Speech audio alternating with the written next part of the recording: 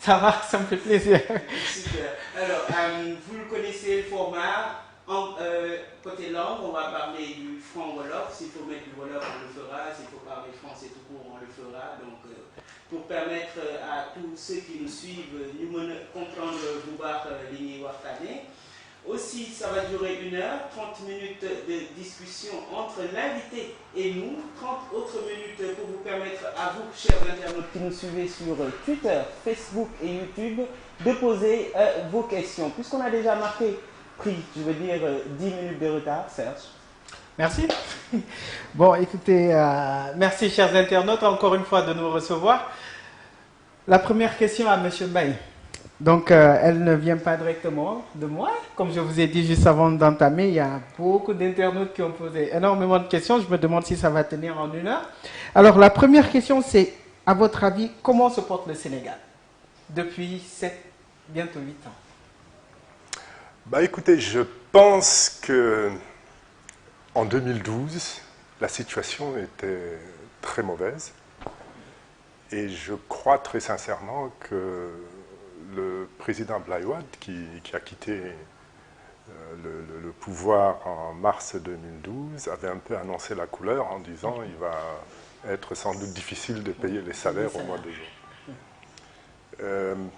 Un travail important a été fait à ce moment-là de redressement de l'état des finances publiques, de tentative de relance de l'économie, de correction au niveau de plusieurs goulots d'étranglement. Je pense au problème de l'énergie en particulier, la relance agricole, relance du tourisme aussi.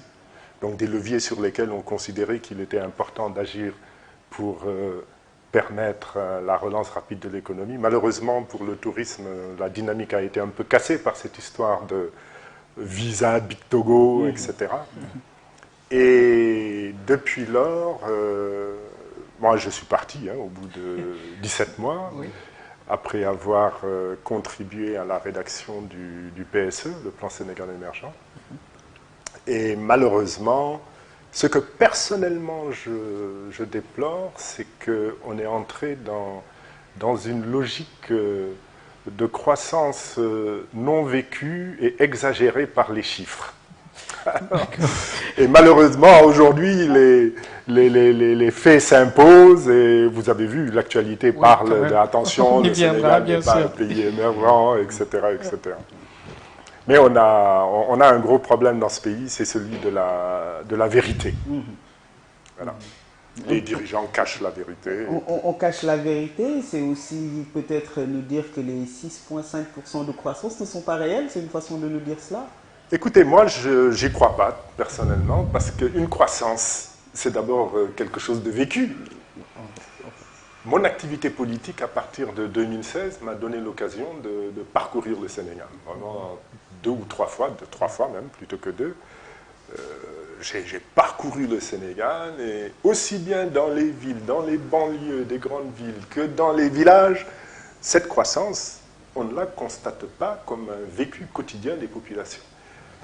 Alors, où est-elle? Peut-être au niveau de ceux qui nous dirigent, sans doute, puisqu'il continue d'y avoir des personnes qui deviennent très vite milliardaires, mais bon, voilà. Certains disent que pour l'expliquer, il faut comprendre que c'est une croissance extravertie tirée par un secteur qui n'est pas forcément le bon secteur qui doit tirer la croissance. En tout cas, les explications sont données, mais de votre avis, ce n'est pas réel. 6,5%. Non, c'est pas réel, et puis surtout, on n'a pas emprunté le chemin qui peut mener à l'émergence. C'est ça qui est plus grave. C'est-à-dire que, bon, on se complaît dans des chiffres faux, mais on fait une erreur de stratégie économique.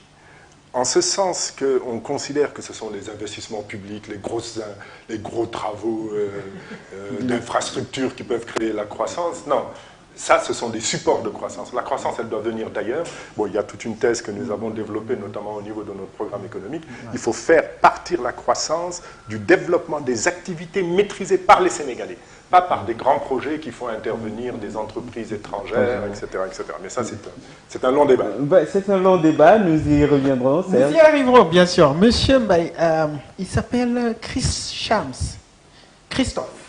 Il vous demande pourquoi vous vous êtes engagé en politique, parce que lui, il a l'impression que vous êtes un technocrate, que vous devriez peut-être être loin de ce milieu-là. Pourquoi vous vous êtes engagé? Trop pur pour la politique, c'est ça? Bon, très sincèrement, j'étais un technocrate, et je reste d'ailleurs un technocrate, sûr, même si j'ai un nouvel habit ou un manteau sur mon ancien habit. Donc je suis un technocrate, et disons que je suis devenu Premier ministre, et donc homme politique sans faire de la politique. Homme politique, pourquoi? Parce que j'avais en charge la politique publique. Hein. Bien sûr. Bon, et j'ai quitté les fonctions de Premier ministre sans entrer en politique. Je suis resté plus d'1 an, 2 ans, 3 ans même, 2 ans et demi, sans faire de la politique, parce que pour moi, c'était pas mon truc, quoi. Je connais pas, je sais pas, et puis...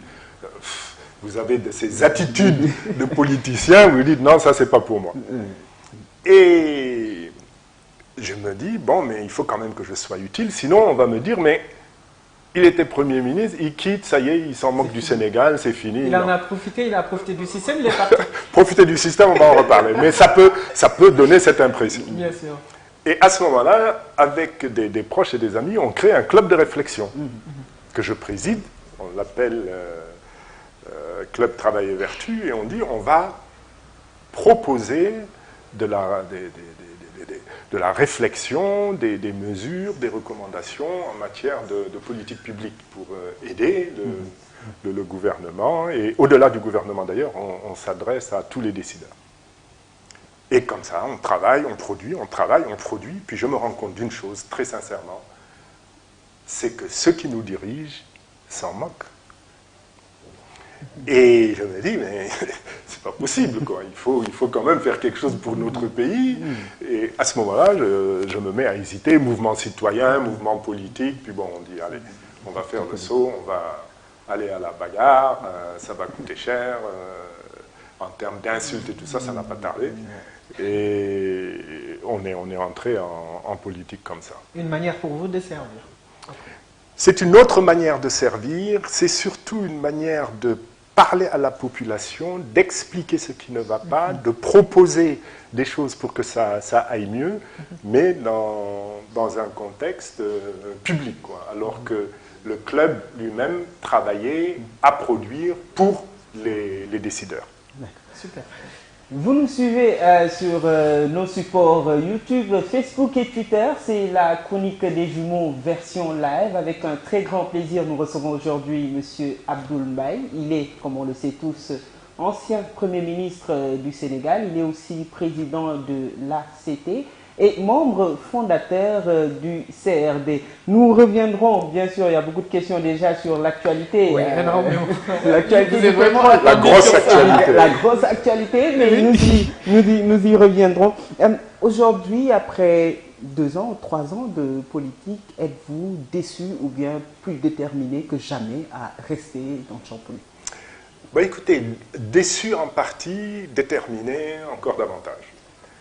Déçu en partie parce que, très sincèrement, c'est difficile de faire comprendre, c'est difficile d'expliquer, et c'est difficile également d'avancer dans un contexte où il n'y a que des traquenards, des pièges, des lois qu'on ne respecte pas, les règles du jeu qui sont faussées, trafiquées, modifiées. C'est vraiment terrible. Mais plus déterminé que jamais, parce que je me rends bien compte qu'il faut qu'il y ait des personnes qui bougent et qui bougent dans la bonne direction, c'est-à-dire qui fondent la politique non pas pour elles-mêmes, non pas pour avoir des postes, pour pouvoir demain faire de la transhumance et recevoir des postes ou des paquets de billets. Et il faut qu'il y ait des personnes qui font de la politique parce qu'ils considèrent que la politique va avec l'éthique, ils font de la politique autrement, des en personnes mettant qui viennent devant pour servir l'intérêt du citoyen et pour servir son pays. Je suis persuadé d'une chose, ça c'est peut-être le croyant qui parle, lorsque vous êtes dans la vérité, tôt ou tard vous finissez par vaincre. Triompher. J'ai une question. Parce que parfois on vous écoute, on a l'impression que, bon, en dehors du fait que vous n'êtes pas totalement satisfait, c'est une question assez personnelle. Vous en voulez au président de la République ou au gouvernement actuel? Vous en voulez? Personnellement, non? Mais non. Mais pourquoi vais-je en vouloir? Pourquoi vais-je lui en vouloir? Le problème est ça. Pourtant, il m'a fait beaucoup de tort, notamment avec cette affaire de divorce transformé en faux, machin. Bon. Il y a des petites choses dont on ne parle même pas, le passeport diplomatique qu'on ne veut pas vous renouveler, etc. Mais très sincèrement, ça m'est égal. Mais je ne lui en veux pas. Regardez, moi, je me contente de faits. Au Sénégal, c'est extraordinaire ce pays, mais bon, il faut vivre avec. Vous dites, attention, vous avez volé 100 francs, on vous dit, non, toi tu es trop vilain, tu n'as pas le droit de parler. Il ne faut pas dire ça. Mais qu'est-ce que ça veut dire ça? Ou bien tu en veux au voleur. Mais non, je dis simplement, il a volé 100 francs. Si jamais il y a par exemple, je me souviens, quand il y a eu le problème gambien, quand on a mis devant la CEDEAO, j'ai fait on a fait un communiqué dans notre parti, on a félicité le président, c'était bien de ne pas se mettre devant tout de suite, mais d'être à l'intérieur d'une organisation. Par contre, Quand il a fait de la récupération après, alors que ses collègues, comment il s'appelle, le président guinéen notamment, et le président mauritanien avaient fait l'essentiel du job et qu'il est allé, je dis non, c'est pas très diplomatique ça. Voilà, donc on est dans la critique positive quand c'est bien, on est dans la critique négative quand c'est pas bien. Okay. Parfait. Ce qui défraie la chronique aujourd'hui, c'est cette histoire de pétrole et de gaz. En termes vraiment simplifiés, pour ma grand-mère qui vit à Mborom, 3 km après Louga, c'est quoi le problème? Qu'est-ce qui s'est réellement passé? Parce qu'on s'est réveillé, on a vu une enquête de la BBC, après on s'est souvenu bien sûr qu'il y avait d'autres personnes qui en avaient parlé en amont, bon là aujourd'hui on s'en souvient, mais si, en termes simples et clairs, comment vous pouvez expliquer cette situation? Qu'est-ce qui s'est réellement passé? Le Sénégal a un potentiel en gaz et en pétrole, essentiellement en gaz. Le Sénégal n'a pas les moyens tout seul d'exploiter ce gaz et ce pétrole. À partir de ce moment-là, il doit donner des permis de recherche et d'exploitation à des sociétés qui le peuvent. Ce sont des pétroliers. Appelons pétroliers, en tout cas des institutions qui sont listées dans le monde et qui sont dans l'activité du pétrole et du gaz. Évidemment, on a une loi qui s'appelle le Code pétrolier qui précise qu'on ne peut donner ces permis qu'à des entreprises œuvrant dans les hydrocarbures et ayant les capacités aussi bien techniques que financières pour ce faire. Il se trouve que la plupart de ces permis ont été attribués à des sociétés, à des entreprises qui n'ont aucune compétence et qui n'ont aucun moyen financier. Donc ça veut dire que la loi a été violée.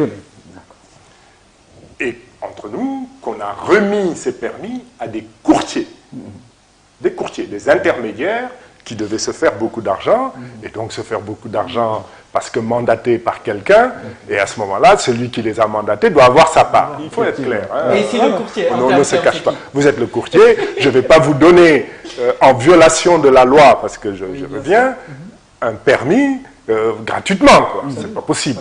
Voilà. D'accord. Donc voilà les faits. Là, mais il faut violer la loi. Et violer la loi, c'est pas simple. Notamment lorsque un décret doit être signé par le président de la République. Voilà. Et pour que ce décret puisse passer, vous n'allez pas mettre dans le décret la vérité. Vous n'allez pas mettre « j'attribue le permis à un courtier qui a 5 millions de capital, CFA, qui n'a jamais opéré dans le pétrole, qui a été créé le mois dernier. » C'est pas possible. C'est pas possible.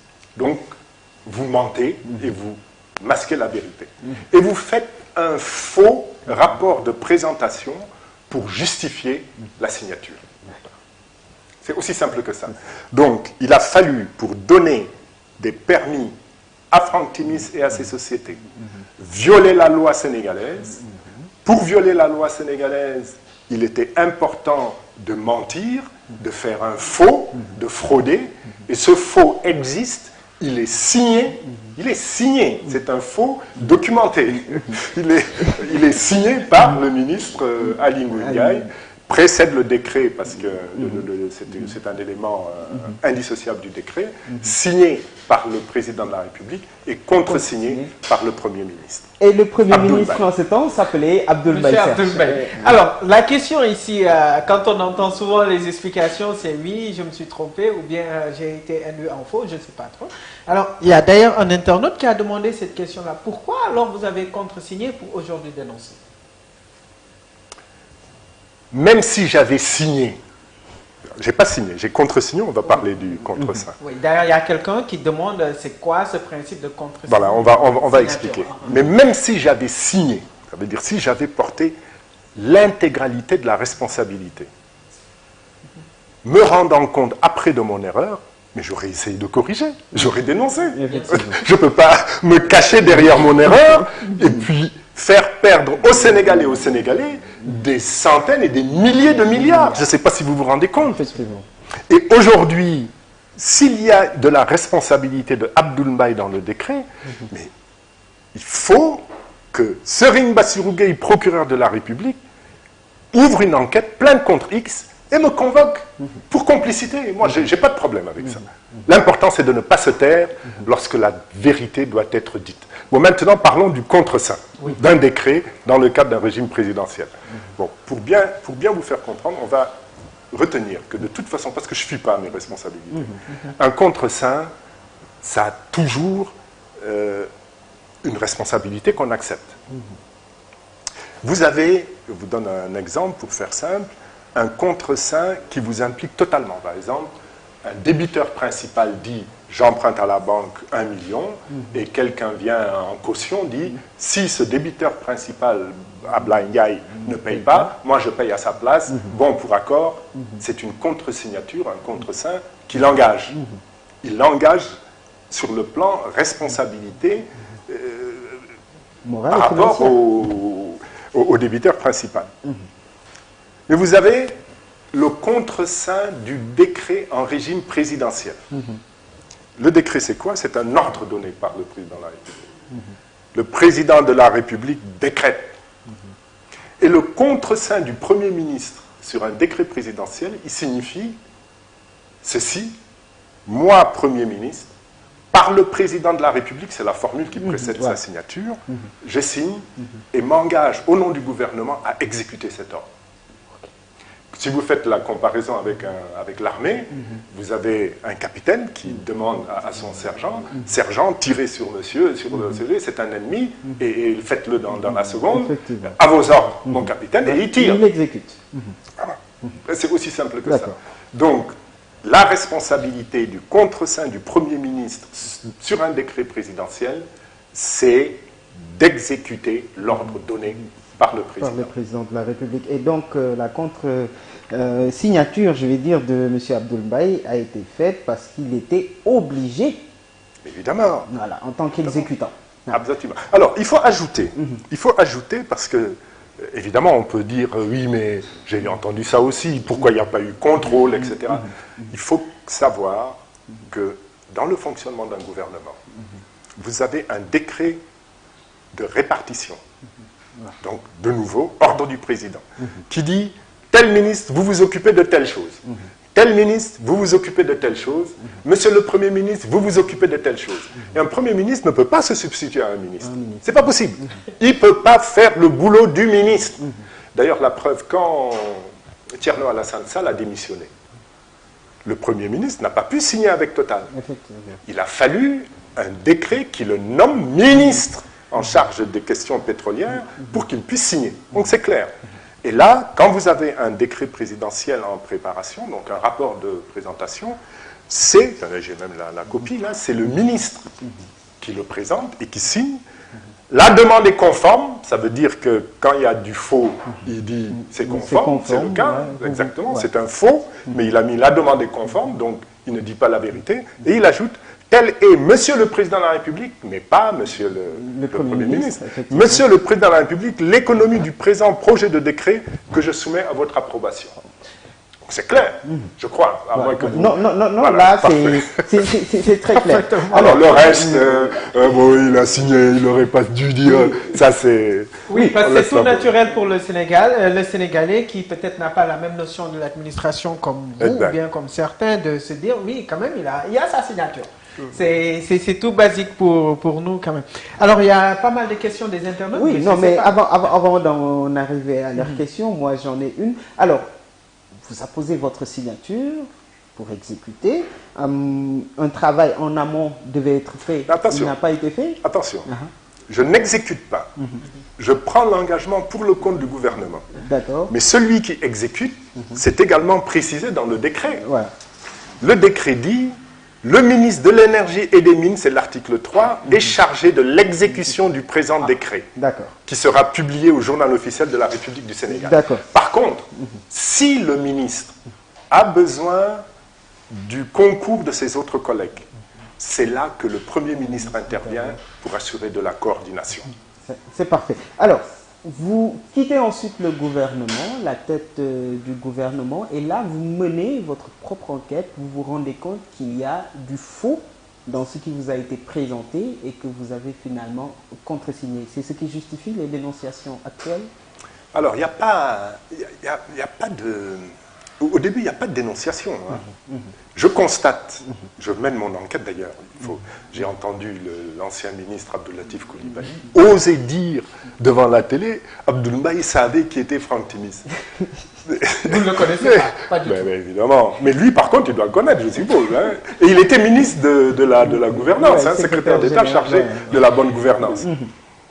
C'est incroyable ce que les gens sont capables de faire, mentir comme ça devant la télévision, son épouse, ses enfants, ses petits-enfants, parce qu'on veut faire plaisir au chef, c'est terrible. Mais enfin, je participe à une émission, je me souviens très bien, et puis au moment de quitter le plateau, c'était à la radio, le journaliste me dit, mais Petro-Tim, vous connaissez, est-ce que vous avez signé ce décret? Je dis oui, bien sûr, mais quel est le problème? Oui, il y a des problèmes. Je dis, c'est bizarre. Puis je me mets à chercher Petro-Tim, etc. Et c'est là que je me rends compte du faux. Je vais jusqu'au décret, etc. Et je vois qu'il y a du faux. Mais je ne dénonce pas. J'écris au président de la République pour lui dire, mais monsieur le président, on est en 2016, monsieur le président, vous et moi, signature du décret, on a été trompés. Parce qu'on nous présente une société qui a 5 millions de capital, avec un actionnaire, un Chong, je ne sais pas quoi. Wong.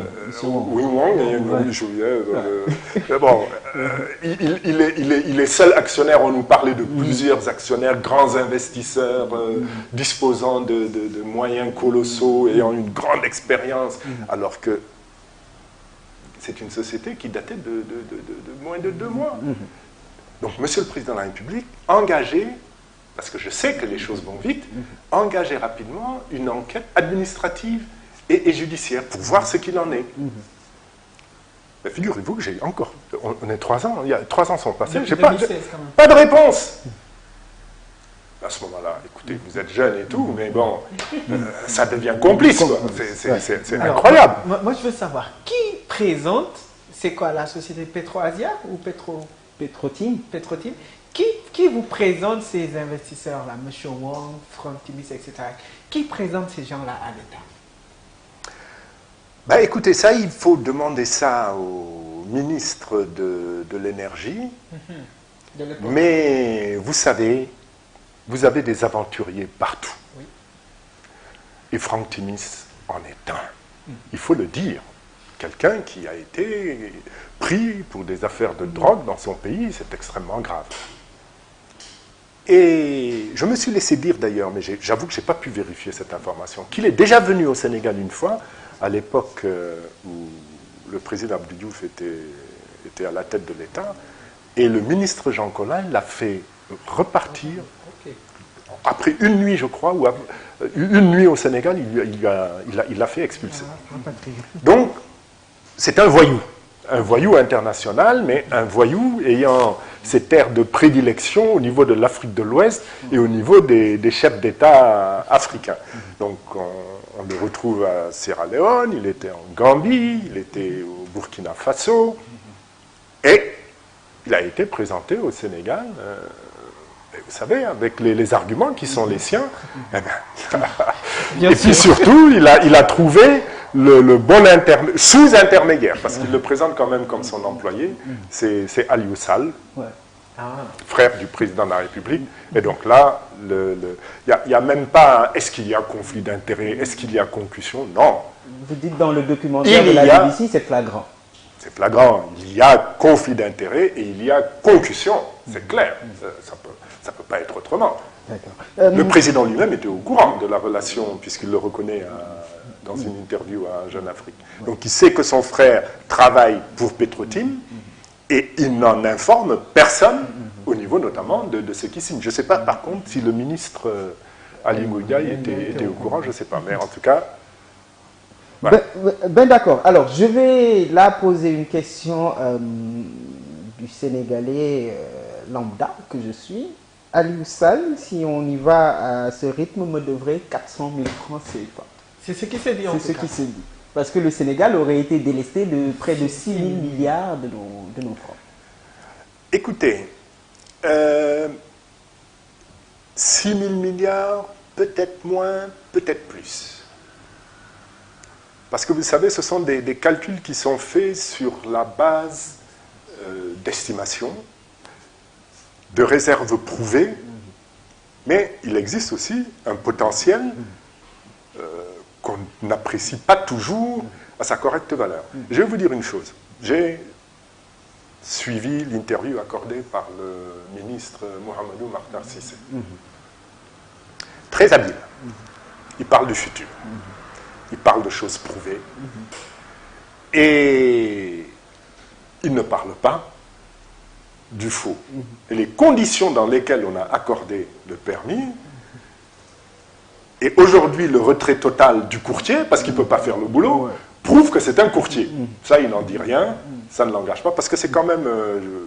quand j'étais Premier ministre, il était directeur général des douanes. D'après ce que j'en sais, je sais de lui, c'est pas quelqu'un qui est capable de mentir. Donc, il laisse cette affaire-là à ceux qui sont concernés et il parle du futur. Mais même sur le futur, il s'engage sur des réserves prouvées. Les chiffres qu'il donne sont bons, corrects, en termes de réserves prouvées.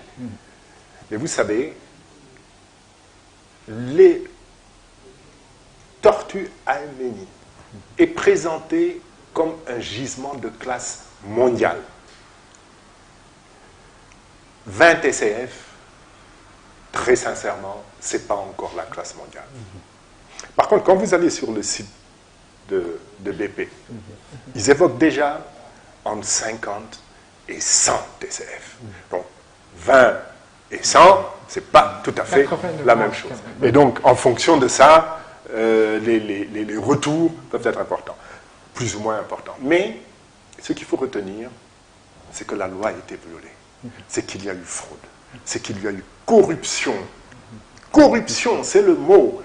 Conflit d'intérêts, concussion, implication du chef de l'État. À partir de ce moment-là, il faut de la réaction pour essayer au moins de sauver ce qui peut être sauvé. Parce que, pour tout vous dire, depuis le début, dès qu'ils ont posé leurs actes, tout, y compris le blocage du rapport IGE, tout a été fait dans une dynamique visant à rendre les choses irréversibles.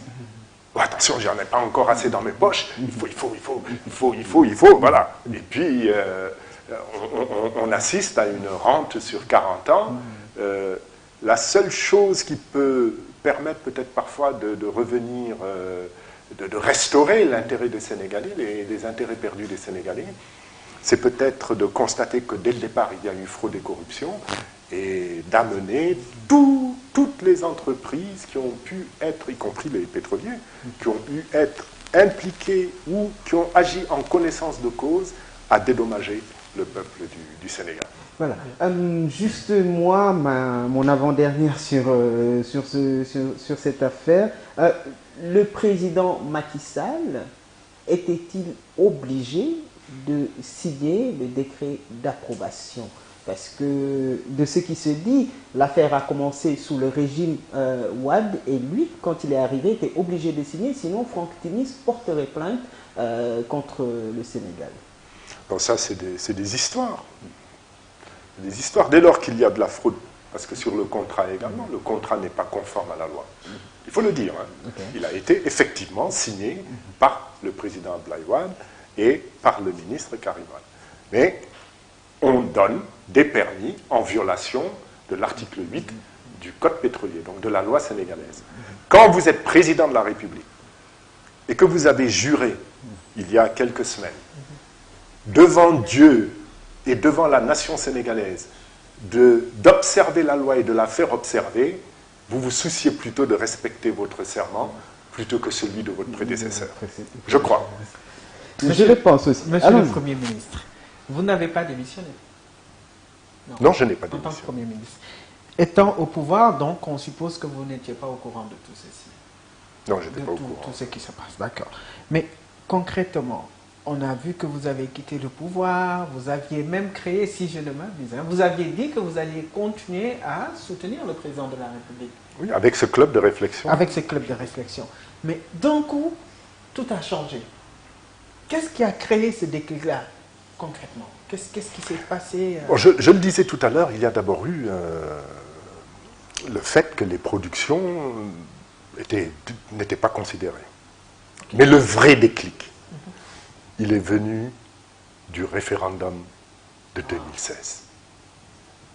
Quand j'ai vu à quel point le président de la République, Macky Sall, était capable de renoncer à ses engagements, là, je me suis dit, mais c'est une catastrophe. Et très sincèrement, quelques mois avant, c'est la dernière fois d'ailleurs que je le voyais, et j'espère que c'est la dernière fois que je le rencontrerai, quelques mois avant, il m'avait dit qu'il allait respecter cet engagement, mais que rien ne pressait. Notamment de faire juste 5 ans. De faire 5 ans. Mais moi ça, et puis alors, encore, en tant que citoyen déçu, j'ai fait une contribution, et je disais, pourquoi je voterai non? Je dis, il y a de bonnes choses dans cette nouvelle loi fondamentale, mais il y a des choses qui ne vont pas. Et ça n'est pas la peine de faire un référendum pour ça et d'opposer les Sénégalais. Oh là là là là. J'ai reçu une volée de bois vert, ça venait de tous les côtés. Et là, évidemment, j'ai dit, bon, il ne me reste plus qu'un choix, hein, je fais de la politique et puis c'est tout. Hein. Très bien, donc à nos amis internautes, nous voyons vos questions. Sachez que nous essayons aussi, parce que nous sommes tenus par le temps, de les condenser, d'autant plus qu'elles se ressemblent parfois. Sachez que vous avez été très interpellés sur le fait, sur votre rôle étant à la tête de ce gouvernement sénégalais. Les Sénégalais vous attendez sur ça et je pense que les réponses ont été assez claires.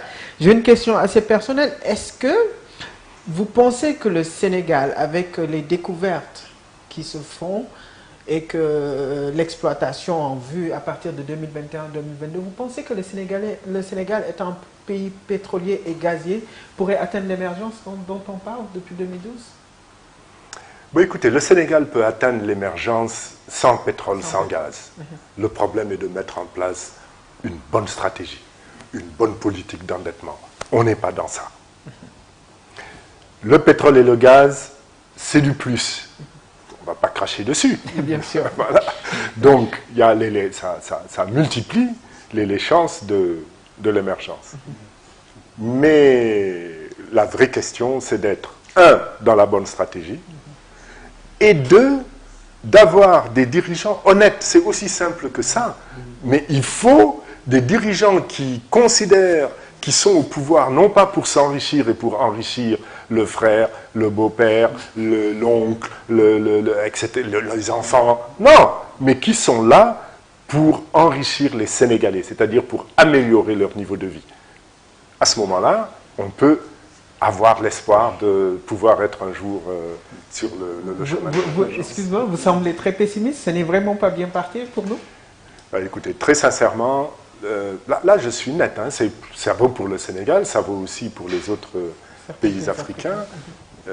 Tant que nous aurons à la tête de nos États des personnes qui se soucient de leur propre poche, de leur progéniture, des frères, des oncles, des tontons, des tatas, on ne s'en sortira pas. C'est clair. D'accord. Ma question, toujours dans cette affaire Petro-Tim, une marche a été organisée, c'était vendredi. Avant-hier, vous y avez été? Oui, on y a été. Vous savez, c'est incroyable. Hein. Alors, vous allez voir, ils disent on n'a rien fait. Oui. Et puis quand vous dites, non, il faut que la vérité éclate, tout est fait pour que la vérité n'éclate pas. Alors, mais non, vous n'avez rien fait, mais laissez les gens expliquer. Et vous-même venez expliquer. Mais lorsqu'il y a des écrits qui en attestent, hop, c'est un rapport qui a 7 ans mais qu'on n'a jamais vu. Lorsqu'il y a des décrets qui sont dans le journal officiel, hop, ça disparaît du site du journal officiel. Mais restez sur ça. Vous nous avez signalé sur Facebook des décrets qui seraient en train de disparaître. Écoutez, j'ai publié là tous les numéros de JO, du journal officiel, sur lesquels il y a les décrets de 2012, ont disparu. Comme par hasard. Si vous voulez que ce soit du Non, hasard. je demande comme par hasard. Hein? Et donc, systématiquement, que les gens ne disent pas la vérité. Alors, vous avez aussi une enquête qui ressemble à une enquête qui n'est pas une enquête, décidée par Céline Bossirouguet, le procureur de la République, qui est très rapide quand il s'agit d'enfermer Khalifa Sall pour 1,8 milliard, mais quand il s'agit de milliers de milliards, ça devient plus difficile. Au lieu d'ouvrir une plainte contre X sans accuser personne, il dit oui, qui sait doit aller à la DIC, et quand vous allez à la DIC, on vous dit ah, on n'a pas encore reçu d'instruction. Mais vous n'y êtes pas encore. Évidemment, une manifestation pacifique, rassemblement, même pas une marche, rassemblement d'informations, eh ben, on tire à grenades lacrymogènes avec des grenades lacrymogènes dessus. Mais ça montre bien qu'il est essentiel de poursuivre l'action d'information. Il faut que le Sénégalais, le plus lambda, pour utiliser le même terme que vous tout à l'heure, soit au courant de ce qui s'est passé. Est-ce que Franck Timis est un courtier ou pas, ou un pétrolier? Il est un courtier. Comment on a pu lui donner des permis pétroliers alors que la loi dit qu'on ne les donne pas à des courtiers et à des voyous, mais à des sociétés pétrolières? On lui a quand même donné. Voilà. Et à partir de ce moment-là, on ouvre l'enquête à la limite et on cherche. Si on fait semblant de penser que Aliou Sall n'a aucun rôle dedans, que Ali Ngouille Ndiaye n'a aucun rôle dedans, que le président de la République n'a aucun rôle dedans, ou que Abdoul Mbaye n'a aucun rôle dedans. Encore une fois, moi je suis disponible, je me mets à la disposition de la justice et on déterminera à ce moment-là. Et donc vous irez à la DIC donner les documents dont écoutez, dès lundi, j'ai fini mon projet de lettre, je leur adresse un courrier pour leur dire bon, je suis à votre disposition. Dès que vous avez le soit transmis du procureur qui vous dit comment vous devez opérer, vous m'en informez. Évidemment, si le procureur dit vous avez le droit d'écouter quelqu'un qui vous parle de, je ne sais pas moi, des stylos qui ont été utilisés pour signer, ça vous pouvez l'entendre. Mais dès qu'on vous parle de faux, n'écoutez plus. Bon, ben, on verra après votre passage à la DIC si tant est-il qu'ils donneront suite à votre demande d'y passer, certes. Oui, bon, une question encore des internautes qui demandent, on sort un peu de la question quand même, qui demandent comment vous analysez le silence des trois autres candidats, Madické Niang, Idrissa Seck et M. Issa Sall. Sur la question que vous avez soutenue. Écoutez, très sincèrement, c'est à eux qu'il faut le demander. Il faut leur poser la question à eux, c'est pas à moi de... En général, j'évite de répondre. Vous n'avez pas d'avis personnel là-dessus? Non, vraiment. D'accord. Super. Alors, oui, vas-y, Brice. L'autre question d'un internaute, Khoudia Sow, elle s'appelle. Quelqu'un aurait déclaré que vous avez voulu entrer à l'APR. Est-ce vrai? Vous avez voulu être membre de l'APR?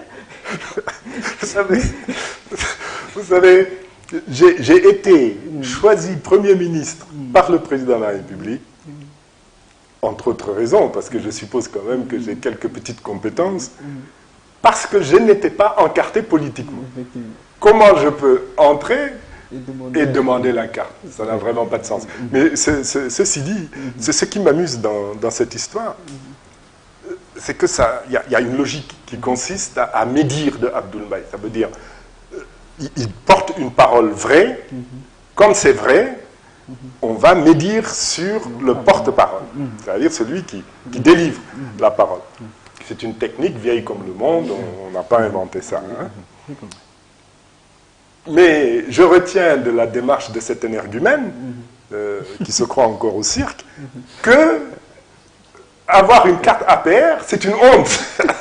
Mais effectivement, avoir un chef comme celui qu'ils ont et avoir un responsable politique comme celui qui s'est exprimé, c'est une honte. Cette question... je vais d'ailleurs il faut que je donne cette anecdote parce que, apparemment, moi je n'écoute pas ce monsieur, mais il me reproche un manque de loyauté. Vous savez, je l'ai reçu une seule fois. On a échangé une vingtaine de minutes. Je n'ai plus voulu le recevoir en raison de son manque de loyauté vis-à-vis de son chef, le président Macky Sall. Ce monsieur s'est présenté devant moi Et pour me donner une idée de son importance, il m'a dit qu'il était le courtier du président Macky Sall pour tout ce qui concernait les terrains. Mais j'étais effaré. Et je n'ai plus jamais voulu m'asseoir à côté de ce monsieur. Parce que parler ainsi du chef de l'État, de son ami, parce que c'est son ami apparemment, et puis livrer une aussi grosse information, avec d'autres détails d'ailleurs, un don de campagne qui avait servi à acheter des t-shirts. Je dis ça pour que le président sache qui est son ami. Oui, quel pays, hein? Cette question, elle est de moi. Quel pays? Beaucoup de personnes avaient l'image d'un Abdoul Mbaye, excusez du terme, toubab, mais très raffiné, très simple, ultra poli. Mais on vous voit plutôt cognard parfois. Hein. On vous a vu lors de la motion de censure, je pense, du PDS. Vous avez été très cognard. Récemment, vous nous avez fait un calcul digne de Einstein sur Twitter. Magnifique, et là vous nous sortez encore le terme énergumène. Est-ce que vous nous cachez un peu une autre personne d'Abdoul? Écoutez, non, je cache pas les facettes de ma personnalité. Hein. Je crois que ceux qui me connaissent depuis longtemps me connaissent. Et puis bon, je crois également que dans ma formation, on m'a appris le sens de la réplique. Et je ne suis pas quelqu'un qui se laisse faire, ça, loin de là. Donc je suis calme dans mon coin, mais quand vous m'égratignez, ça peut faire mal. Voilà. Ici, Fraude typique, la chronique des jumeaux. Aujourd'hui, nous recevons M. Abdoul Mbaye. Il a été Premier ministre du Sénégal. Il est aussi membre fondateur du CRD et il est le président de l'ACT. À présent, nous allons prendre vos questions, chers internautes. Serge, il me semble non, on les a posées en même temps. On va simplement passer à l'autre aspect du débat, de la discussion. Monsieur Mbaye, vous créez ACT. Acte, c'est ACT ou acte? Parce que moi, je dis toujours acte. Acte. Très bien, pour agir. Hein. Alliance pour la citoyenneté et le travail, acte. Excellent. Pour cogner, comme vous dites. Voilà, pour cogner. Très bien. Vous créez acte. Aujourd'hui, vous n'avez pas pu aller au présidentiel. Mais c'est quoi le challenge aujourd'hui? Parce que on se dit peut-être que, vu les élections passées, le Sénégal semble avoir besoin d'un peu plus de jeunesse. Écoutez, si vous pensez que Abdoul Mbaye fait de la politique pour avoir des responsabilités, vous vous trompez. Ce n'est pas lui. Je fais de la politique pour contribuer à l'éveil des consciences dans mon pays. Et je fais de la politique pour les jeunes notamment. Il faut que vous sachiez pourquoi les choses ne marchent pas, pourquoi vous n'avez pas d'emploi, pourquoi les parents sont pauvres, pourquoi il y a autant de chômage. Et c'est ça, mon projet politique. Je ne dis pas que je n'ai pas d'ambition politique, évidemment. Pour agir sur les choses et les changer, il vaut mieux être dans des responsabilités. Mais ça vient après ma préoccupation fondamentale, qui est une préoccupation consistant à contribuer à l'éveil des consciences.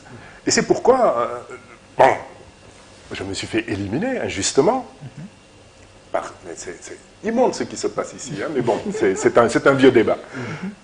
Et ça ne m'a pas empêché de rester mobilisé, de continuer à mobiliser mes moyens pour soutenir un candidat contre le président. Mais ceci dit, je ne vais pas être en politique jusqu'à 80 ans ou 80 ans. D'accord. Bon, mais ne pensez pas que vous êtes forcément plus jeune que moi. Hein. Ça, il faudra me le prouver. On peut faire un footing. Notre père dit souvent, moi j'ai tel âge, mais je suis plus jeune que vous. Donc la jeunesse est dans la tête, comme il le dit. Oui, oui. Alors, Mohamed Sey qui demande, alors c'est une question, dans les affaires de la cité de Mamadou Ibra Kane, vous aviez déclaré qu'après 10 ans, à compter de 2012, vous retourneriez à votre retraite. Devrions-nous nous attendre au respect de cette affirmation en 2022? Est-ce qu'en 2022, M. Abdoul Mbaye se retire de la scène politique? Écoutez, très sincèrement, mon retrait de la scène politique peut venir avant. Peut venir avant. Ah oui, il peut venir avant. Il peut venir avant. Cela dépendra du contexte et de l'avancement de mon projet qui, comme je vous le dis, est un projet consistant à contribuer à l'éveil des consciences. Je ne vais pas passer mon temps à à faire de la politique. Et vous verrez d'ailleurs que on renforce l'acte à l'intérieur d'une nouvelle organisation, le Congrès de la Renaissance démocratique. Et là, on va avoir davantage de possibilités disons, de prendre un peu de recul et d'intervenir en étant moins dans l'actualité quotidienne. Parfait. Samba Bokoum, quel acte citoyen avez-vous posé depuis la création de l'ACT? C'est une question d'un internaute. C'est une question intéressante parce que on s'est dit on va faire de la politique autrement. La politique autrement, c'est d'abord ramener la politique à ce qu'elle n'aurait jamais dû cesser d'être. Une politique qui doit se soucier de la gestion de la cité et non pas une politique qui est un moyen de s'enrichir, de voler le pétrole et le gaz du Sénégal. Mais ça ne suffit pas.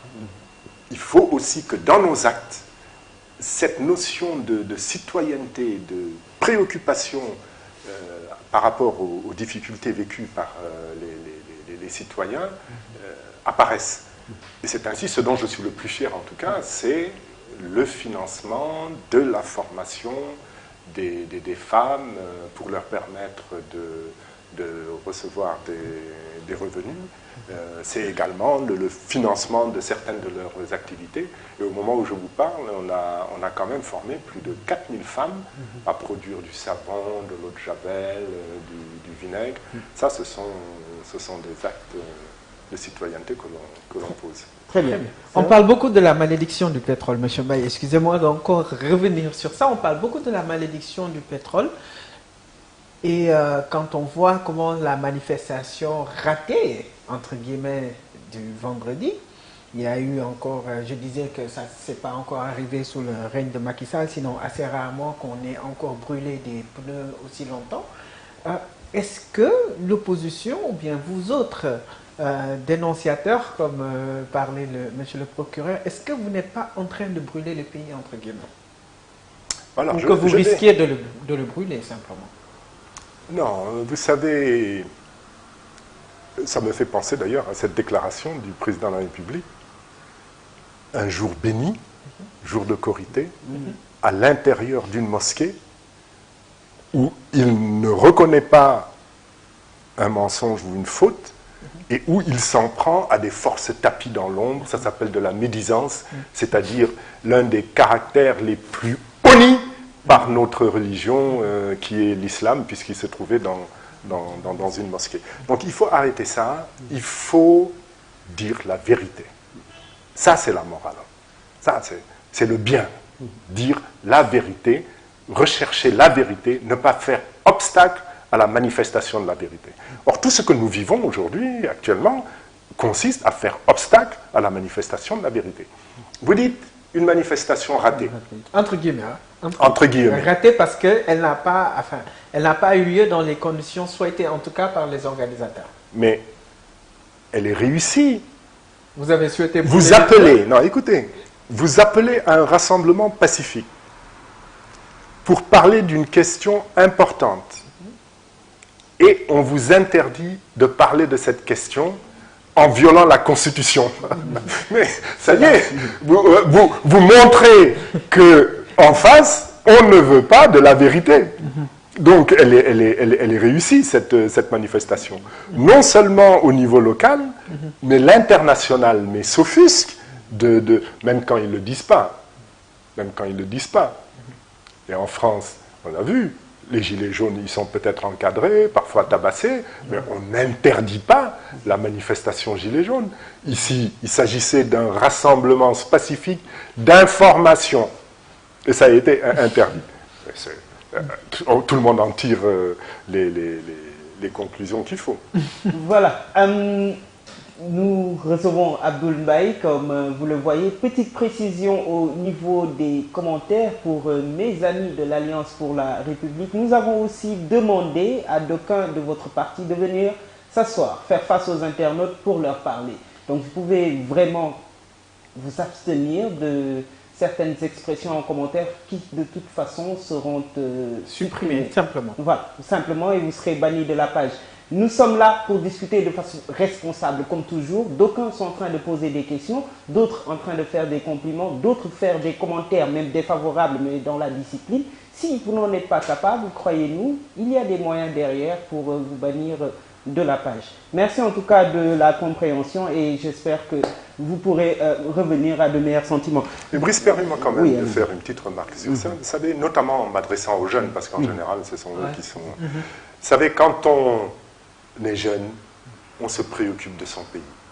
Et on ne peut pas être jeune et dire « nous ne voulons pas de la vérité ».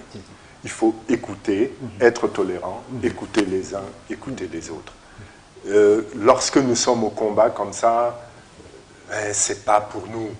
Moi, j'ai terminé ma carrière, je loue Dieu de l'avoir réussi. J'aurais pu rester comme beaucoup de personnes qui me ressemblent, qui ont mon âge, chez moi, et puis dire tant pis pour... D'ailleurs, certains me disent, mais laisse ces gens-là avec leurs problèmes. Ils ne seront jamais, ils te seront jamais reconnaissants. Non, je considère que j'ai un devoir de vérité, je le manifeste. L'insulte, et puis il y a quelque chose de très correct que dit l'adage Wolof, Sagadal, donc vous manifestez ce que vous êtes, l'éducation que vous avez reçue quand vous êtes dans l'insulte, et ça c'est à éviter. Parfait. Alors, parlant d'ailleurs de carrière réussie, je ne sais plus de qui il s'agit, mais quelqu'un demande si vous faisiez de l'ombre à votre ancien patron, en raison de votre profil académique et professionnel. Faisiez-vous de l'ombre à Macky Sall, ce qui a créé votre bruit? Écoutez, moi personnellement, je pense que ce qui a créé un problème avec Macky Sall, c'est que je refusais certaines choses. Je ne vais pas entrer dans les détails, mais vous ne pouvez pas obtenir la signature de Abdoulaye sur certaines choses. Et bon, une fois, deux fois, trois fois, puis vous partez. D'accord. Aujourd'hui, au sein du CRD, vous êtes avec Thierno Alassane Sall. Rien de bizarre? Parce que je pense que quand vous quittez, Thierno Alassane Sall lui-même défend parfois la situation, en tout cas des contrats pétroliers, etc., où lui aussi avait été abusé. Je ne peux pas le prouver, mais je pense avoir vu une vidéo où il n'a pas été tendre avec vous. Êtes-vous à l'aise aujourd'hui au sein du CRD? Écoutez, moi j'ai vécu dans un gouvernement où il y avait Thierno Alassane Sall. Quand j'ai quitté ce gouvernement, j'ai tout de suite écrit un livre. Et très sincèrement, dans ce livre, je loue certains ministres pour leur efficacité. Je ne parle pas de leur honnêteté. Mais concernant Thierno Alassane Sall, j'ai loué à la fois sa compétence et son honnêteté. C'est un homme véridique. Il était dans un parti, il est resté dans un gouvernement. Je ne l'ai plus revu, sauf au moment du décès de son père, puisse Dieu lui ouvrir les grandes portes du paradis. C'est la seule fois où je l'ai vu, jusqu'à ce qu'il quitte le gouvernement. Dans un gouvernement, dans un parti, vous êtes obligé de défendre. Ça, en tout cas, moi, je le comprends. Mais lorsqu'on vous demande l'impossible, il faut savoir dire non, et Thierno Alassane Sall l'a fait. Et je l'ai vu dire non sur d'autres dossiers, au moins un, je ne l'évoquerai pas, et c'est là qu'il a gagné mon estime à titre définitif. D'accord. Alors, Macky Madiba Silla, je ne sais pas si c'est un nom par hasard, mais il s'appelle Macky Madiba Silla, et il dit « Le Sénégal n'est-il pas victime de ses élites? Comment a-t-on pu produire des hommes politiques aussi peu regardants de nos deniers publics et de la préservation de nos ressources ?» Est-ce que le Sénégal est victime de son élite politique? Voilà, le problème, quand même, est de se poser la question suivante. Est-ce que l'élite sénégalaise est politique? Mais le vrai problème du Sénégal, c'est que son élite a rejeté la politique. Parce que justement, on se dit, je ne vais pas mettre la main dans la graisse et dans la magouille. Non. Et c'est ainsi que les meilleurs des Sénégalais ont refusé de faire de la politique ou se sont éloignés de la politique. Mais regardez aujourd'hui ce que la politique propose comme dirigeant dans ce pays. Mais c'est incroyable. Mais ce que la politique propose comme dirigeant, vous avez quand même, ça a été étonnant pour certains de ne pas vous voir soutenir un certain Ousmane Sonko à la dernière présidentielle. Et pourtant, ça je m'en souviens très bien, dans une émission à la TFM, je suis sûr, vous disiez que vous regrettiez de ne pas aller aux législatives avec Ousmane Sonko. Je vais vous dire très nettement. Il y avait 4 candidats à lice, en lice. Mon choix de cœur, c'est Ousmane Sonko. Mais je suis dans un parti et nous avons un programme. Dans ce programme, nous avons considéré qu'il y avait l'essentiel qui devait être partagé par le candidat à soutenir. Et donc, nous avons mis en place, avec d'autres d'ailleurs, responsables politiques et d'autres partis, une procédure. On dit, on ne va pas aller pour un choix de cœur, quitte à faire éclater nos partis. Il faut faire justifier à l'opinion, il faut faire justifier à nos compagnons, à nos militants, nos choix. Et on l'a mis, on a eu recours à une procédure totalement objective qui était la suivante. L'essentiel de notre programme doit porter sur la réforme des institutions. Voilà ce qu'on va exiger à chacun des 4 candidats. Nous allons les consulter un à un et chacun va répondre. Et en fonction de la réponse, nous déciderons qui soutenir. Idrissa Seck est allé le plus loin dans l'acceptation de ces conditions et on était déjà dans une procédure expliquée, justifiée. On a décidé de le soutenir. Très bien. Moulay Ndao demande, il vous a rencontré à Lyon, il dit, est-ce que vous avez une école de parti au sein de l'ACT, de l'ACT? Parce qu'il aimerait certainement rejoindre. Ah oui, on a une école de parti et des thèmes, des cours qui sont traités au sein de cette école de parti. Très bien. Quelqu'un dit que vous étiez très engagé dans la digitalisation de l'administration, la dématérialisation même des procédures. Quand vous étiez Premier ministre, qu'est-ce qui n'a pas marché? C'est cela sa question.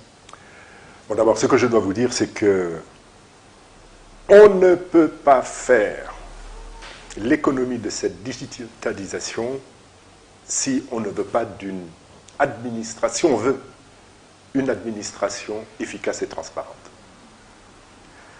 Et personnellement, dans notre projet, dans notre programme de gouvernement, on considère que vraiment c'est le nerf de la guerre.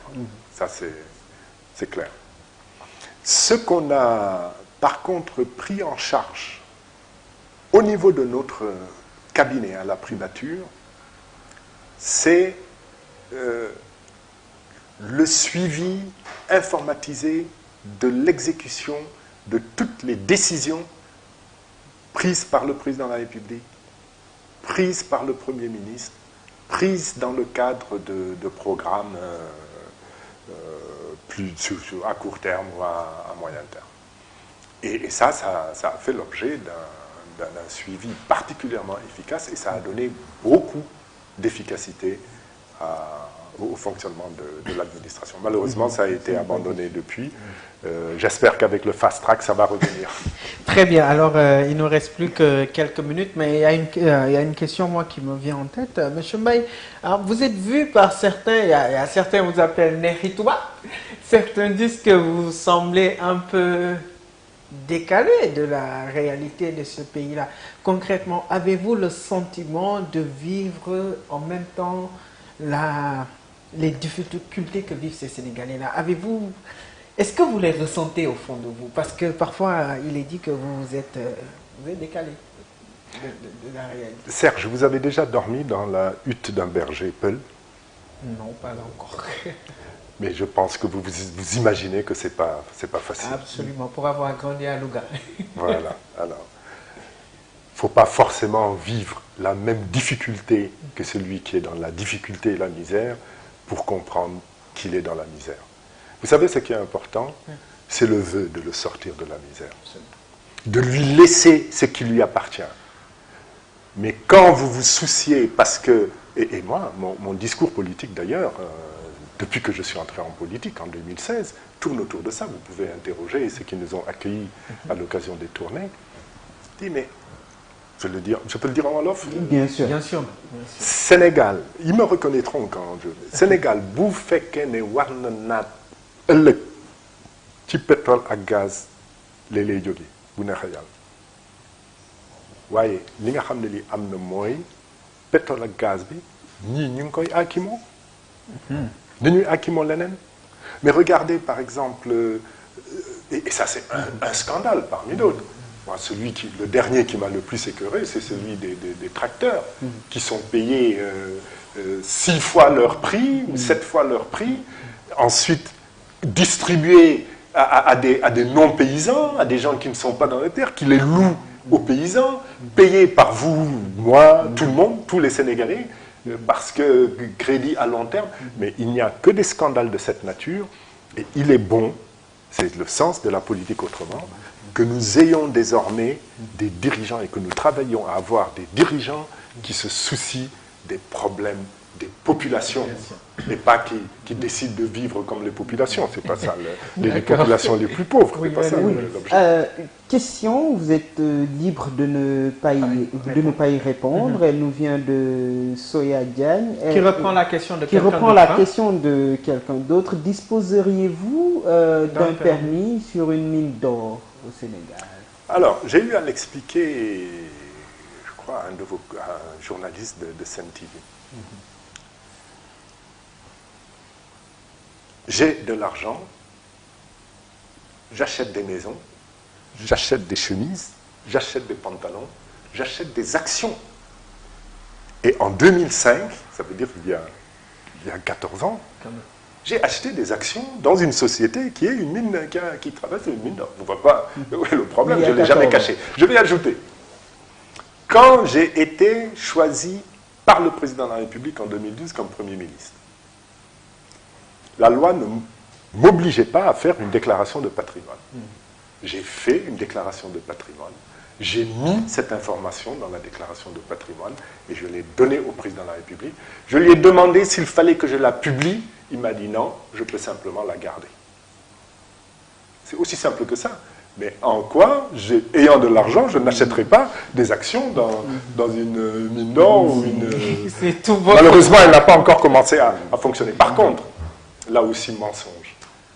C'est ce monsieur Yaramba, c'est la première fois qu'à la tête du soleil, il y a quelqu'un qui n'est ni diplômé, il a fait le cabanon, je crois. Là, enfin, et il dit, oui, il a acheté une mine d'or, il a revendu en 2014, il a eu des actions, et il a gagné 20-30 milliards. Je n'ai rien gagné du tout, on ne m'a pas encore payé. Et par contre, j'espère, mais malheureusement, je ne sais pas si cette langue-là, Dieu l'a bénie, mais j'espère que ces 20 ou 30 milliards puissent tomber un jour dans mon escarcelle. Mais ça va. Non, mais merci, Monsieur Mbaye. Moi, c'était vraiment on peut maintenant parler de actes, si vous voulez, parce que moi, ça m'intéresse beaucoup. Pas personnellement, je connais des gens qui ont vraiment envie de rejoindre ou bien qui sont déjà dans votre parti. Est-ce que ACT tourne plus autour de M. Abdoul Mbaye ou bien vous formez une équipe qui veut aller de l'avant? C'est-à-dire, ce n'est pas les intérêts personnels comme on voit dans certains partis traditionnels, quand même qu'on le reconnaisse, que ça tourne plus autour d'un leader. Est-ce que vous déléguez le leadership dans ACT? Bon, ce qu'il faut savoir quand même, c'est que les partis, et ça je le regrette, hein, les partis politiques au Sénégal tournent beaucoup autour de la personnalité de leurs responsables.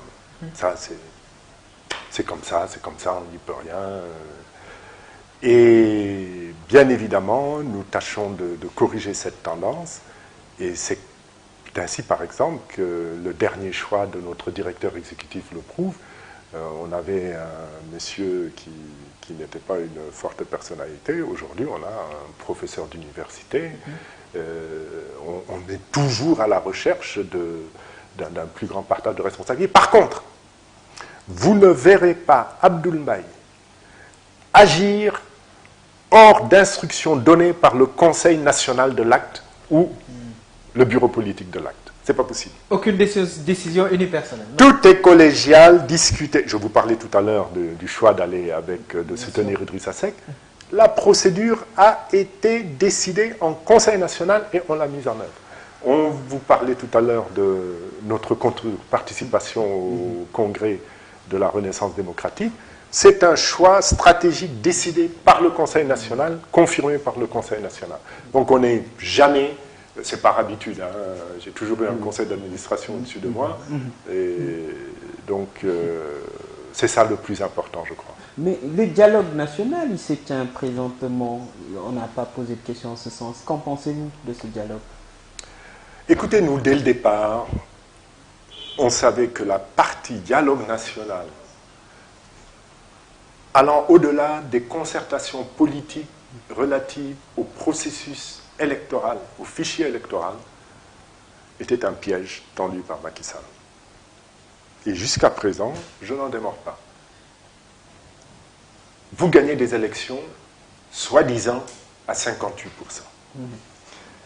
Vous avez mis le pays en situation d'émergence, soi-disant. Mais un pays a besoin d'une opposition. Laissez l'opposition dire oui quand vous faites bien et dire non quand vous ne faites pas bien. C'est ça la démocratie. Mais tout d'un coup, vous vous préoccupez, après avoir quand même changé la Constitution pour enlever le poste de Premier ministre. Entre nous, il doit le regretter actuellement parce qu'il lui aurait été bien utile. Vous décidez d'amener l'opposition à valider vos programmes. Mais non, vous avez un programme de majorité, un projet de majorité, vous ne l'avez jamais présenté entièrement, notamment sur cet aspect réforme constitutionnelle, donc vous êtes toujours en train de faire du Newt-Nyak. D'ailleurs, il dit lui-même, c'est terminé maintenant, mais non, on n'a pas à venir parler du gaz et du pétrole et à accepter ce que Macky Sall va mettre en œuvre. Quel intérêt? Par contre, concertation politique, oui. Qu'est-ce qui ne s'est pas bien passé pendant les élections? Qu'est-ce qu'il faut corriger? Qui il faut punir? Parce qu'il faut de la reddition des comptes. Qui il faut punir? Parce qu'ils ont violé la loi, ils ont traficoté l'état civil, etc., etc. Ça, sur ce dialogue-là, sur ces concertations-là, pour ne pas faire de confusion, oui. Mais le dialogue national, c'est du cinéma. Allez, là nous avons quelques questions de Abdoulaye Sayer Diop, c'est notre grand frère. Il paraît qu'on l'a zappé depuis ce matin, qu'on ne pose pas ces questions, mais allez, je vais les lire. Bon, la première, elle est à moi. Boy Brice, la prochaine fois que je suis invité et que tu ne t'habilles pas comme aujourd'hui, Damay Gued. Bon, ça, allez. C'est vrai que je ne suis pas le plus... Je ne suis pas comme monsieur le Premier ministre. Oh, je suis venu, on m'a dit des jeunes, je suis venu décontracté. Alors, Sayer, sa question, pourquoi avoir accepté d'être Premier ministre? Qu'est-ce qui a été déterminant? Qu'est-ce qui vous a convaincu? Bon, d'abord, le programme du président Macky Sall. Le Yonou Yokote. Relisez-le. Assemblée nationale faite des citoyens, un président de la République qui respecte ses engagements, gestion sobre et vertueuse, la patrie avant le parti, c'était un slogan extraordinaire. Mon mandat de 7 ans, mais non, je le ramène à 5 ans. Quand un monsieur comme ça me propose d'être son Premier ministre pour mener à bien son programme, qu'est-ce que vous voulez que je fasse? Je me mets au service de mon pays. Au service de mon pays, mais pas au service de l'homme. Au service du programme qu'il présente et en lequel je crois, mais pas au service de l'homme. Moi, je ne suis pas comme tous ceux qui aujourd'hui disent il est le plus beau, il est le plus gentil parce qu'il vous a donné un petit poste. Non, moi, c'est mon pays qui m'intéresse. Le président de la République présente un programme en lequel je crois. Il me demande de l'assister, je l'assiste. Parfait. D'accord, bon, je pense qu'on a fait le tour, à moins que vous vouliez que l'on aborde d'autres thèmes. Il est 17h18. Oui, mais moi j'ai encore une question. Hein, elle ouais, est plutôt d'ordre judiciaire. Le procureur aurait fait appel d'une décision rendue, je pense, il y a 1 an ou un peu plus. Est-ce une autre façon de vous mettre des épines? Bon, c'est une triste affaire, cette affaire-là, hein, parce que dès que j'ai créé mon parti, 1 mois après, j'ai été inculpé. Ouais. Inculpé pourquoi? On me dit complicité de faux en document administratif, tentative d'escroquerie. Au moment où je vous parle, on ne m'a pas encore présenté le document allégué de faux. Quand on vous dit il y a faux et vous êtes complice, on dit voilà le document qui est faux. Moi, par exemple, quand je dis au président Macky Sall vous êtes complice d'un faux qui est signé par le président Ali Ndiaye, j'amène de la documentation. Au moment où je vous parle, rien de tout ça. Je vous passe tout ce qu'on m'a fait subir, etc. Et cet acharnement se confirme, hein, à mon avis, parce que la partie qu'on avait fini par convaincre, parce qu'au début, il n'y avait même pas de partie civile, il n'y avait pas de plaignant. Donc quand même, ils se sont dit, bon, c'est quand même gênant, un faux sans plaignant. Ils ont réussi à convaincre la partie adverse, mais au moins cette partie-là n'a pas fait appel.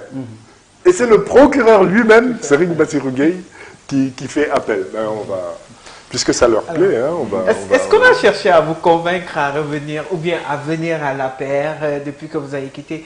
Parce que si on sait qu'aujourd'hui vous vous positionnez quand même, hein, quelqu'un disait que c'est le number one après d'avoir sorti ces histoires sur le pétrole. Est-ce qu'on a cherché à vous amener à l'APR depuis que vous avez quitté le gouvernement? Non, ils savent que je ne peux pas être APR. Ils n'ont pas essayé non plus. Ils n'ont jamais essayé.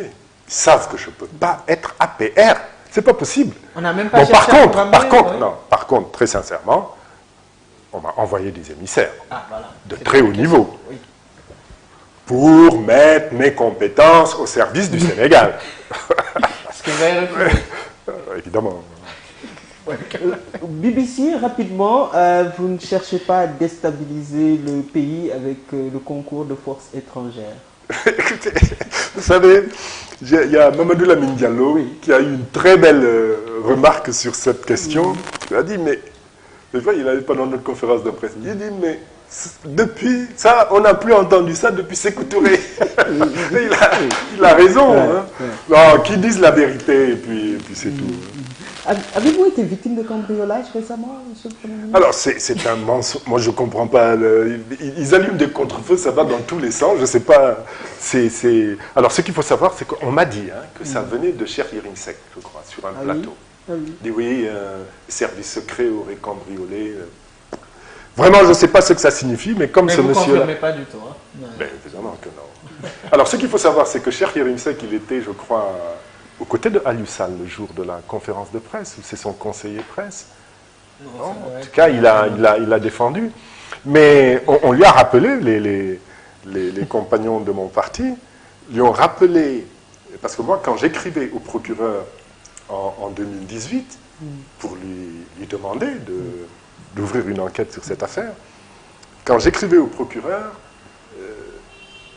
Cheikh Yérim Seck a tout de suite, dans son blog, interpeller le procureur pour lui dire, mais répondez, engagez des actions contre, appelez Aliou Sall, demandez-lui des explications. Aujourd'hui, c'est le défenseur de Aliou Sall, mais ça, c'est notre Sénégal. Aliou Sall devrait démissionner?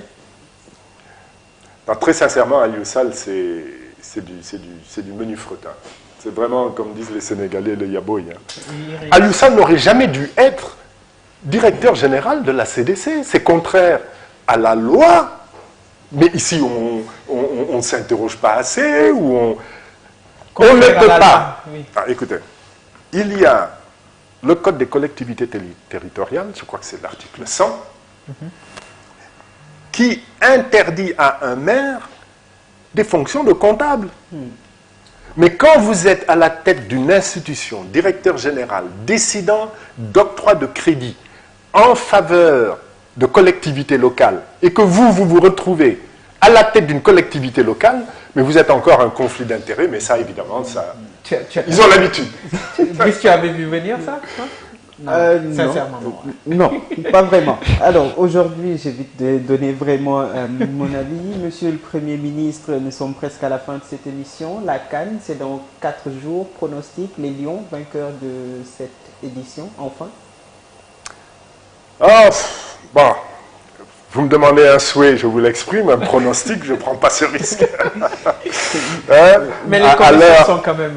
À l'heure où la vérité doit être dite, je ne vais pas prendre certains risques sur le futur. En tout cas, je souhaite à cette équipe, qui est une équipe de très haut niveau, très sincèrement, avec non seulement des joueurs talentueux, mais des joueurs sérieux, appliqués. Eh ben, je leur souhaite de ramener au Sénégal enfin le trophée continental. Une équipe que vous suivez souvent, vous êtes allé au Maroc, je pense. Bien aller jusqu'au Maroc les suivre alors que tout le monde s'inquiétait. Il vient d'être démis de ses fonctions de Premier ministre. Là, il est au Maroc. On le voit au Maroc en train de suivre un match. Vous aimez bien le foot? Vraiment, j'ai pas d'opinion sur ça. Mais bizarrement, si j'aime le foot, ouais. Mais j'ai été trésorier général de la Fédération de football. Okay. J'ai été très très impliqué dans le comité directeur du Diarab. Il y a des époques où j'étais tous les week-ends au stade d'El-Bayo en train de trembler quand mon équipe encaissait des buts et de sauter de joie. Jusque-là, vous ne dites pas avoir été sur le terrain. Vous ne dites pas avoir pu le faire. Très bien. Alors, vous êtes venu avec ce livre, Service. Vous nous en parlez? Et en fait, je pensais qu'on allait peut-être aborder des questions qui ont été traitées dans le livre. Oui, parce qu'effectivement, quand j'ai quitté le gouvernement, la première chose que j'ai faite, c'est rédiger un livre pour l'histoire, pour vous, hein, les jeunes, il faut lire. Quand par exemple, je vois des personnes qui parlent de la SAR, Abdoul-Mbaye voulait fermer la SAR, on n'a pas eu le temps d'en parler, peut-être à une autre occasion. Ce sont des questions qui sont déjà traitées dans ce livre. Et non seulement il existe en français, mais il existe en arabe. Parce que je considère que quand on écrit pour les siens, pour son peuple, il faut également prendre en compte les différences de culture qui existent. Et comme beaucoup de Sénégalais sont lettrés en arabe et ne le sont pas en français, j'ai également écrit pour eux. Servir ou se le procurer? Ça, c'est chez Didactica. Didactica, okay. D'accord. AD Solutions s'occupe généralement de la restauration. Quand on fait cette chronique, je n'ai pas eu le temps de goûter. D'habitude, je suis le goûteur professionnel, mais voilà, monsieur le Premier ministre m'a un peu absorbé. Ils sont au niveau de Nord-Foire, 65 Nord-Foire, Diacksao, Dakar. Ils sont joignables au 77 929 09 87. PC Concept a en charge la déco de ces locaux. Vous les trouvez jolis, ces locaux? La décoration, elle a été bien? La collation? La décoration de la salle? Ah non, non, non, c'est bien. Moi, j'ai été impressionné. Hein. Je croyais que j'allais venir dans une petite hutte. de jeunes pauvres, hein, mais bon, ben oui, nous le sommes, et peut-être que cette émission nous permettra d'ailleurs d'avoir des sponsors hein, pour agrandir un peu plus l'activité. Mais la déco a été assurée par PC Concept qui se trouve à la cité Cœur-Gourgui, rond-point central, téléphone 77 370 77 67, aussi à la cité Cœur d'Amel, face école 26. 77 144 06. Vous parlez de nos tenues Sayer, c'est l'œuvre de Mora Boutique 3A Fashion, joignable 77 803 36 60, par email mora3afashion@gmail.com. Monsieur le Premier ministre, merci d'être venu nous voir. Merci de m'avoir donné cette opportunité, non seulement de faire votre connaissance hein, à tous les deux, mais également une opportunité de m'exprimer à tous ceux qui ont, disons, exprimé des positions. Je ne sais pas si je l'ai bien fait, mais bon, on a essayé d'être suffisamment clair sur des questions importantes, sur mon parcours aussi en politique. Ben, merci spécialement à Yen Fatou et à l'équipe de l'Acte qui nous a facilité cet entretien. Serge, merci. Ben écoute, merci Brice, merci à notre invité et juste un message à nos chers internautes comme d'habitude. Croyez-nous, nous voulons vous servir, nous voulons que tout se passe bien. Ne soyez pas surpris qu'on vous bloque ou qu'on vous sorte simplement de la page parce que nous voulons quand même montrer une autre image de la jeunesse africaine, de la jeunesse sénégalaise et pour ça, nous voulons que chacun exprime ses positions mais quand même de manière très polie. Voilà, en venant sur ce plateau, il le savait, il y aurait des commentaires en live, donc il a décidé de se prêter au jeu. C'est pourquoi nous ne pouvons pas accepter autre chose que de la discipline. Nous ne sommes pas contre la contradiction, les positions différentes, mais tant qu'elles sont exprimées dans la discipline, nous sommes preneurs. Et merci à vous, donc, chers internautes, qui vous êtes prêtés à ce jeu-là. Merci à Rahma qui est dehors, merci à Diorin qui a été en charge du son, Bara Logistique, Québec pour l'encadrement, la coordination de l'équipe technique. Le moteur, c'est Baifal. Et voilà, merci aussi à l'équipe qui se trouve présentement en France. Rendez-vous dimanche prochain avec un autre invité pour d'autres thèmes. Merci. Merci.